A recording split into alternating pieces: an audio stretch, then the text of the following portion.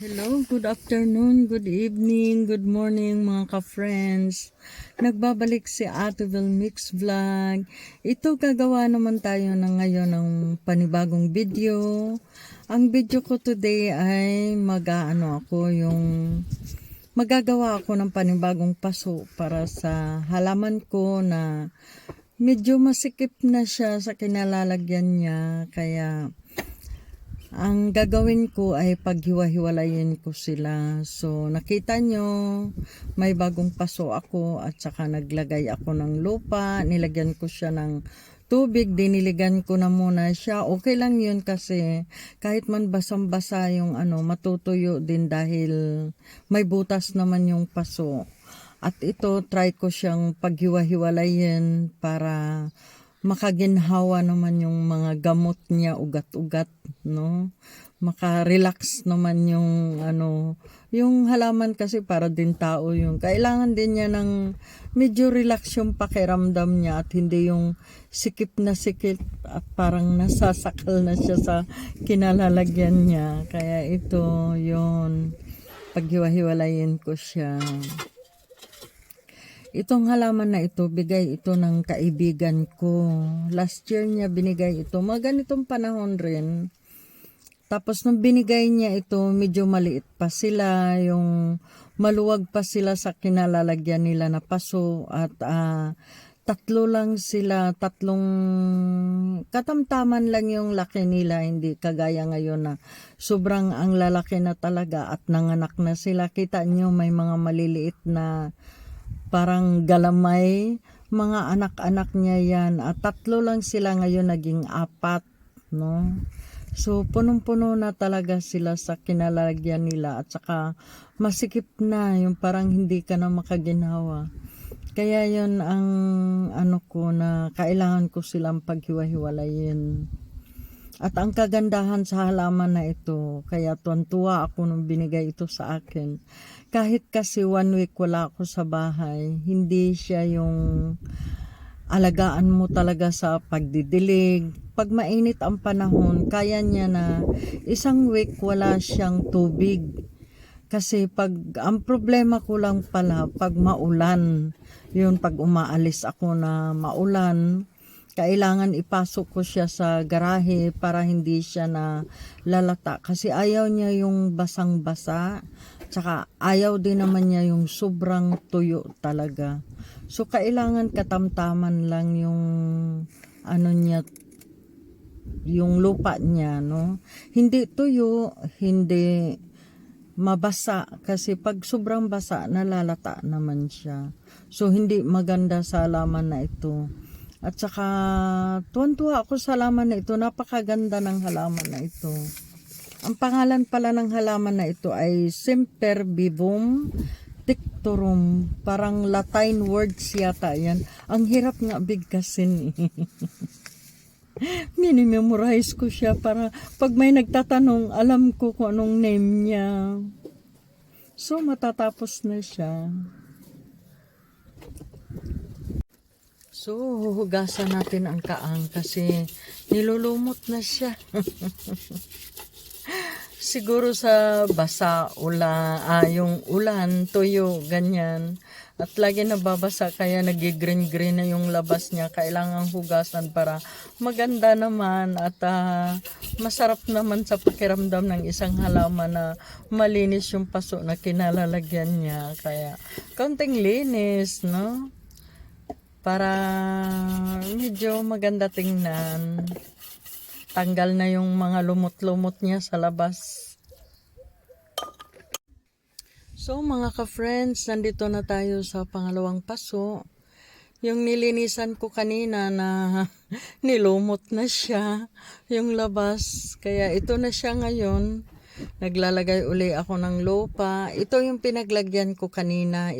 Dito nang galing yung halaman na ito. Ito yung paso talaga niya.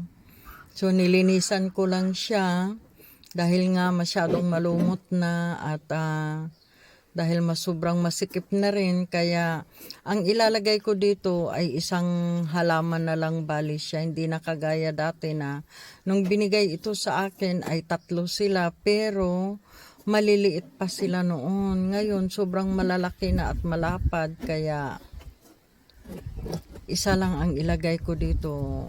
At gaya ng ginawa ko kanina, the same procedure rin, ganon rin ang gagawin ko dito. So kita nyo ang laki niya, 'di ba? Malapad na siya. At saka may mga galamay siya, 'yun ang mga anak niya. At hindi sa niya, yung galamay niya, yung anak-anak niya, kundi may tumutubo din talaga na yung lumalabas siya. Kaya naging 4 sila. Dati 3 yan. Ngayon naging 4 talaga sila. At sobrang lalapad. Ang ganda ng halaman na ito, sa totoo lang. Gustong gusto ko siya. Nakita ko yan sa kaibigan ko na hinahang niya. Sabi ko ay ang ganda. Kasi ang bulaklak kasi, yung hanging plants na may bulaklak, pag 2 araw na hindi mo nadiligan at napakainit ng panahon, namamatay. So ang pangit tingnan. Ito naghahang din siya kasi yung, 'di ba nakita ninyo may galamay siya na maliliit. So umano din siya, naghahang siya. So super ganda tingnan kasi green, no? Sabi ko ay ang cute naman. Kaya tuwan-tuwa ako sa halaman na ito. So bala ko siyang paramihin at itatry ko rin siyang ihahang. Kahit papaano. Maganda kasi tingnan, gustong-gusto ko, maraming halaman talaga. So matatapos na tayo sa pangalawang paso at konting linis na lang yung sa gilid-gilid para naman maganda tingnan at konting dilig. Normal lang yun sa bagong tanim, pero sa susunod wag na siyang sobrang daming tubig, hindi maganda sa halaman.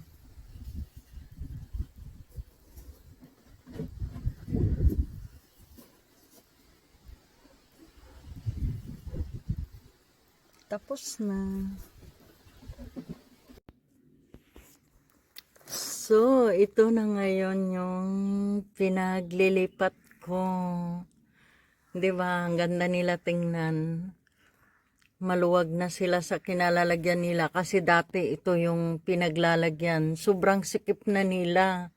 Kasi tingnan mo, ang lalaki na nila.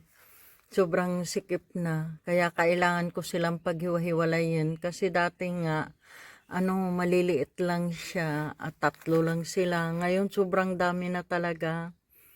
So yan. 'Di ba? Ang ganda nila.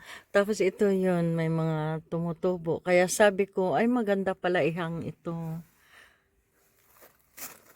Yan. Yan, 'di ba? Ang ganda. Ito ang ganda ng niya, pagka laki niya. Kasi dati binigay sa akin, 3 lang sila maliliit. So, ganito sila kaliit. Ito sila 3 silang ganito. Tapos maliliit. Ngayon, ang dami na nila. Kaya kailangan nilang paghiwa-hiwalayin na. 'Di ba? Ang ganda nila.